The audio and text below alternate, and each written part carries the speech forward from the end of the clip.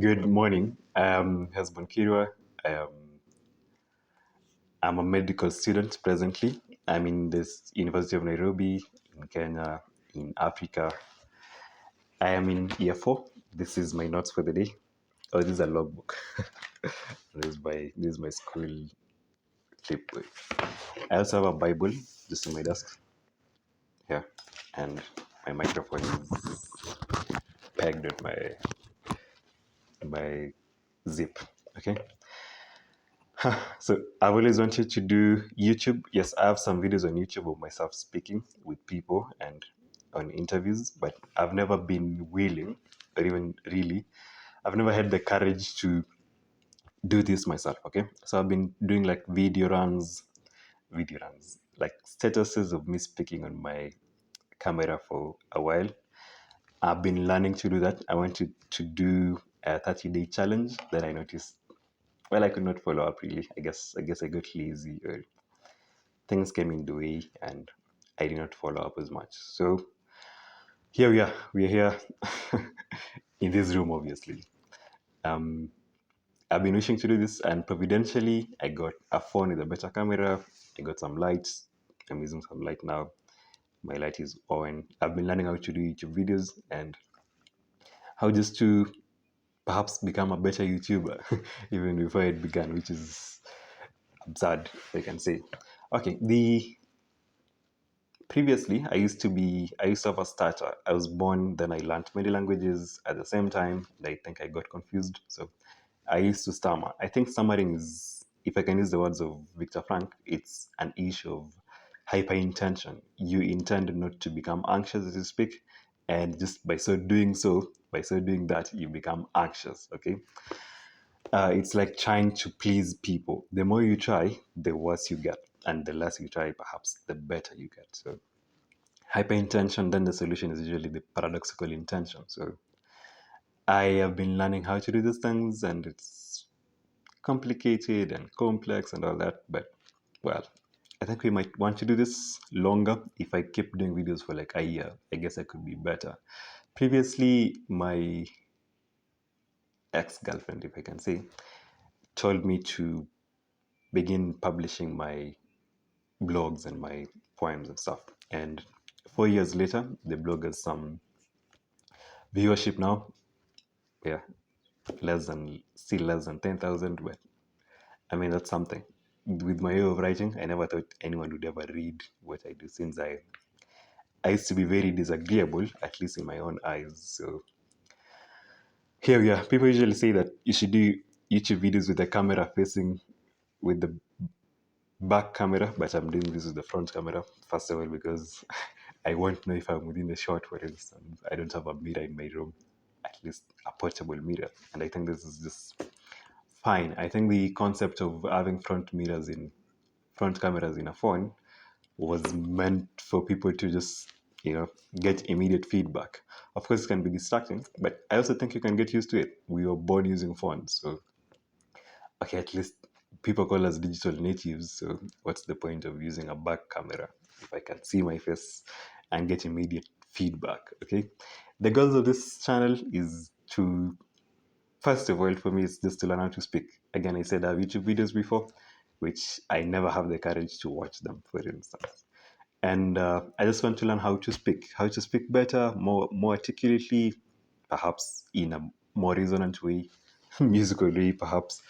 There's a book by Ellen White. It's called Voice in Speech and Song, which says that our highest gift uh, after time is actually the ability to communicate, which I think it's something I could aim to improve. And obviously, yeah, I just want to get my face out there for the ridicule and all that follows, which is good. I also have a podcast, which again I've been learning since I discovered I had a speech impediment. I was like, okay, I'm going to beat this. So I began like a YouTube channel back then, which I never posted a video in, but I've done like interviews on YouTube and even on TV sets, which is cool. But this is like the ultimate for me. I can feel my stomach churning. I can feel myself moving. So it's funny that I can actually laugh at this, which is, I guess, a progress of sorts. I woke up like a few hours ago, so I may still seem sleepy and all that. Then I'm also interested in lots of things like history, prophecy, religion, morality, and all that. So I think any person who learns things usually wishes to become a teacher of sorts, or at least I think the natural order of things is actually to want to teach that which you know. For instance, how to beat perfectionism or how to become more vulnerable. I think nowadays there's this word which is propounded around a lot, a narcissist. What is narcissism, for instance? I think it's good to consider such ideas. Well, I could become more articulate doing that, but also maybe you couldn't learn from me. You could learn from me, and that might be of benefit. That might be of gainful utility to you, the viewer, or something. And again, these things, I think we are leaving them to chance or to God or to fortune. I mean, um, it's not a must that if you do YouTube, you must be a successful YouTuber. You could actually fail in your first year or even get your account deleted. And those are normal things which should be accepted. What is in my control now is to learn how to speak, okay? Whatever comes next is not my concern. I think that's a lesson from philosophy, stoicism, I think. Philosophy again means the love of wisdom. It's not complicated speech. It's not long and winding metaphors. I think that's from Epictetus. Epictetus. How to do what to do. Um, what's that? I think in the hierarchy of order of doing things, I think morals are top tier, and that is I think there's a book written by Jordan Peterson, 12 Rules of Life, and it's called the Antidote to Chaos. So best example would be Joseph of the Bible, the son of Jacob. He was sold into slavery by his own brothers. If I was sold into slavery by you, who have never met or I don't know, or even I don't like perhaps, I'd feel bad for it. But if I'm sold by my brothers, which I don't have, it would be devastating for him. Okay? Yet he's sold by his brothers to slavery to Egypt, and he was sold when he was 17, and he came out of prison when he was 31 years old. That's 11 plus 3, those are 14 years in the dark. Okay, so how did he navigate all that chaos? One, by just following the law of God. Okay, back then there were no Bibles, so the only religion he had was actually that which he had from his father, which is something. Okay, and the mother, I think the brother Benjamin was born when Joseph was about 16, so that means he stayed with the mother for quite a while. Okay, then some morals are like top tag. Is this good or evil? Is it good to do YouTube videos? Maybe. Is it evil to do YouTube videos? Yes, I could use this to manipulate you guys. I could use this to this word which is uh what do you call it? It's propounded a lot by pundits, especially media pundits, like terrorism, terrorism of ideas, which I think is just a way of quenching or removing dissenting ideas. I think in the future, if the Bible is to be believed, we will go back to tyranny, and America is going to be that nation which is going to enforce all nations of the earth to follow the beast. Okay, we shall get to that in future. So I'm sure over time we're going to lose our freedom of speech, which is again why we are doing these YouTube videos. God has said that this is going to pass, obviously, someday, but it does not have to pass in this generation. Because why? We can actually push back, as people have tried to push back before. In the other century, actually, there are people who are called to the American Congress to defend the laws of liberty. So maybe we could be called to do that. Maybe God has not predestined us to die in this generation. So, well, maybe, who knows? Maybe we are not being called to do what Wycliffe and Luther and whoever else did. We're just being called to do what is right now. Okay, so how to do things. Number one, is it right? Is it right? Is it right or wrong? That people believe that uh, the assignments of right and wrong, of good and evil, are arbitrary, which is foolish. It's not arbitrary. Actually, it's God Himself who gave these things. People who believe in evolution say, oh, once in a while, people decided that, oh, over the experience, it's not good to marry two wives, it's not good to be polygamous, it's not good to sleep with everyone you see. But I mean, naturally, I think science nowadays shows that it's actually we are wired to have monogamous relationships. Okay, but even before that, science is to say that human beings or mammals rather are wired for having like multiple sexual partners. So, which one is science now? Is it the one which says we are wired for a monogamous relationships, or the one for we are like baboons, for instance, we are like dogs, we're just supposed to mate with anything, any living thing, for instance. I I really believe science should not be dogmatic. Science should be free, should be free. Science is not infallible. Okay, the same way the Catholic Church said they were infallible previously, and then they killed like a million Christians. Okay, more than a million Christians, for instance. The persecution lasted for 1,260 years. Okay, yet they claimed infallibility, that they were the hand of God, the best gift of God to humanity, and they did that. So I also believe previously you'd say that God said this, and that should be the gospel truth. Nowadays you can just say science or studies show that, and people don't question that. Okay, I write articles, so I know. If you just put something in your blog, science shows, nobody questions it. It is taken for the gospel truth. So are we idolizing science? Yes, obviously. So morals, good and evil, does God, is his right before God? Again, to Joseph, he was bitter. Okay, he was bitter. Was he justified in doing wrong? No, no one is justified to do wrong. Whether you've been wronged by God, by angels, or by animals, you're not justified in doing wrong. Okay, I think God says that vengeance is mine. Okay, do not revenge, because if you revenge, then you could kill someone, for instance. Okay. So after morals, then comes like practical utility, practical wisdom, or science, or wherever. Like they all these studies about Kaizen, about all these philosophies, which are, of course, of gainful utility to whoever. Okay. Is this trying to do YouTube videos? Maybe. Of course, it could be wrong. I could use this for some other things. I think motive is perhaps the highest overarching thing after morals. So, what is the motive of me doing this? Okay, as I've said, it's just to learn how to speak. Okay, then perhaps in doing this, get we could get famous. Maybe not. Who cares about fame after all?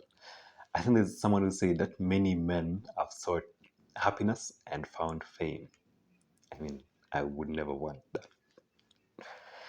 Okay, so highest order goals. I think our highest goal as human beings should just be to be better human beings, to be kinder, to be more integrated, to know how to deal with chaos, because chaos is going to come. There are going to come dark days.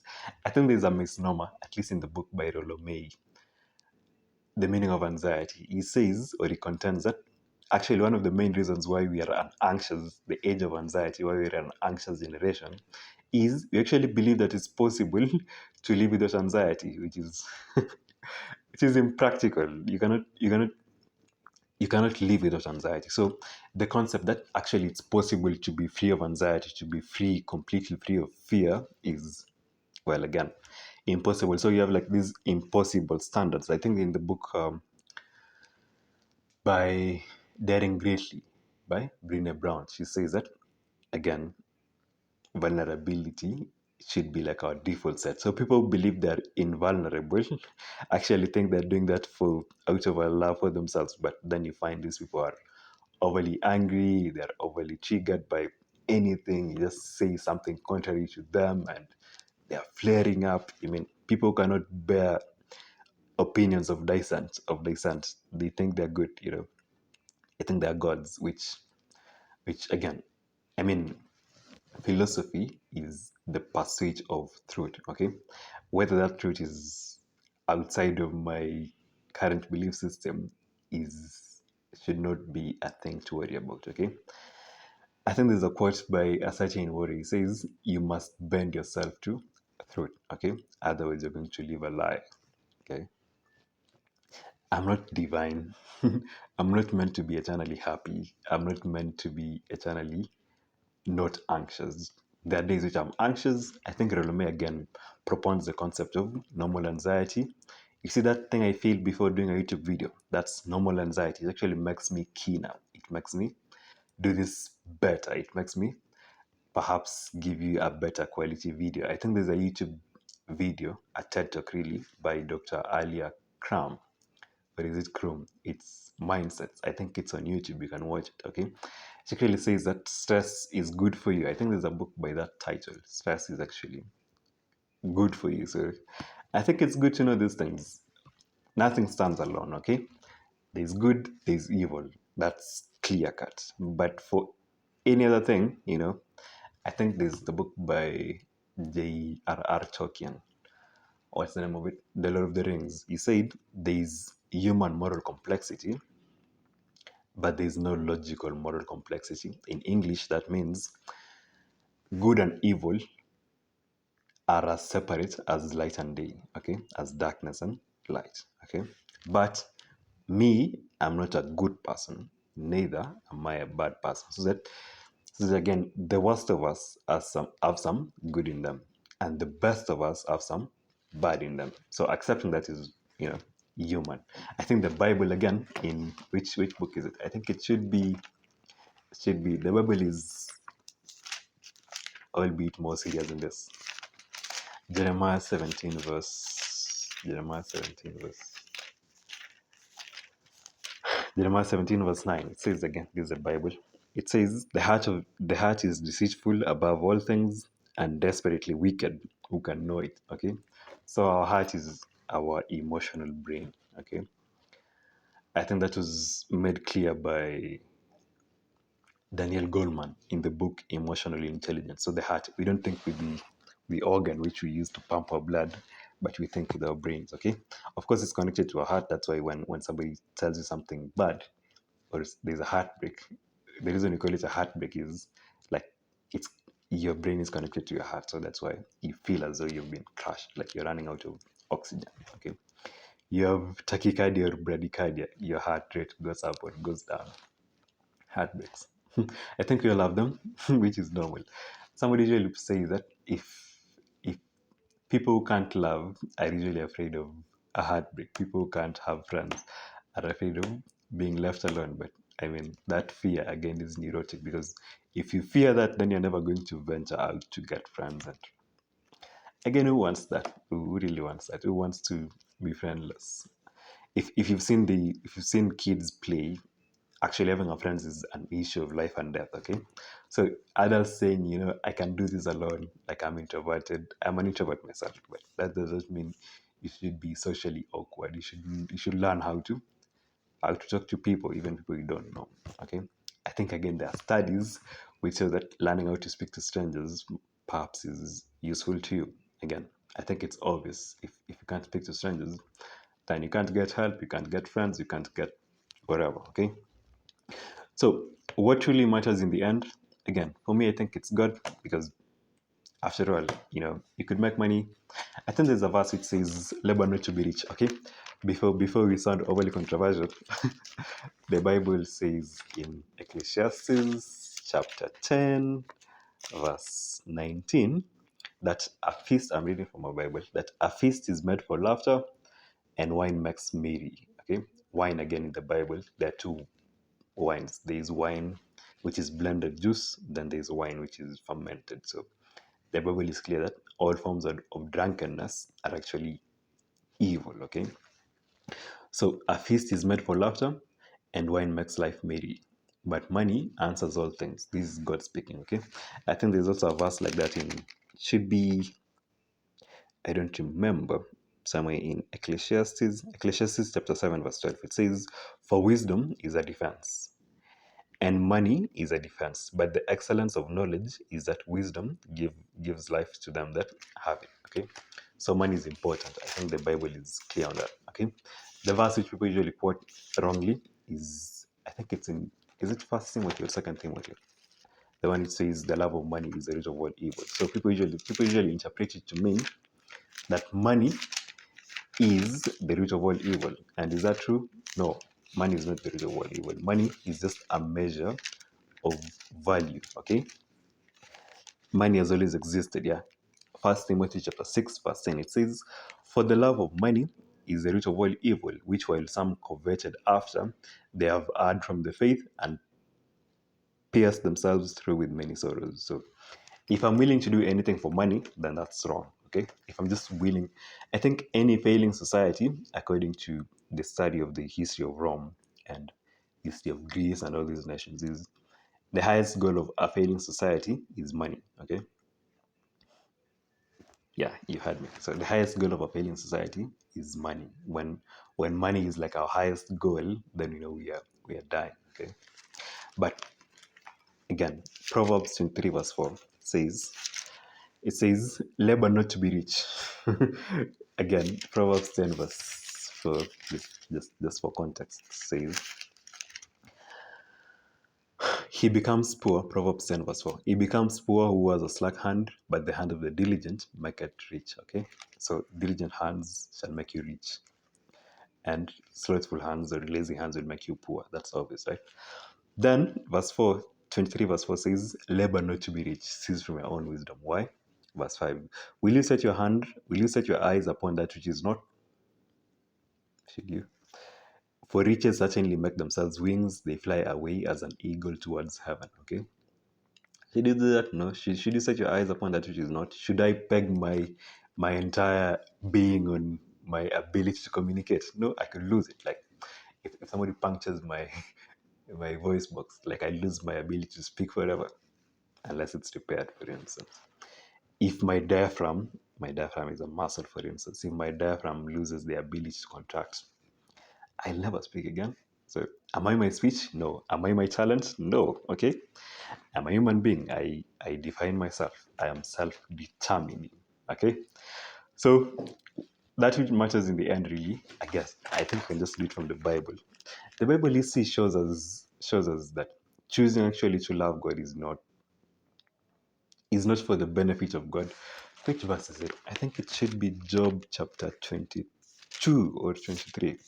People usually think that if you are righteous, then God is going to benefit from it. Does God benefit from you being righteous? No, of course not. So Job 22 verse 1. Then Eliphaz the Temanite answered and said, that this is to Job, can a man be profitable unto God? And the answer is no. Okay. As he that is wise may be profitable unto himself. No. Is there any pleasure to the Almighty that you are righteous? No. Or is it gain to him that you make your ways blameless? No. Okay.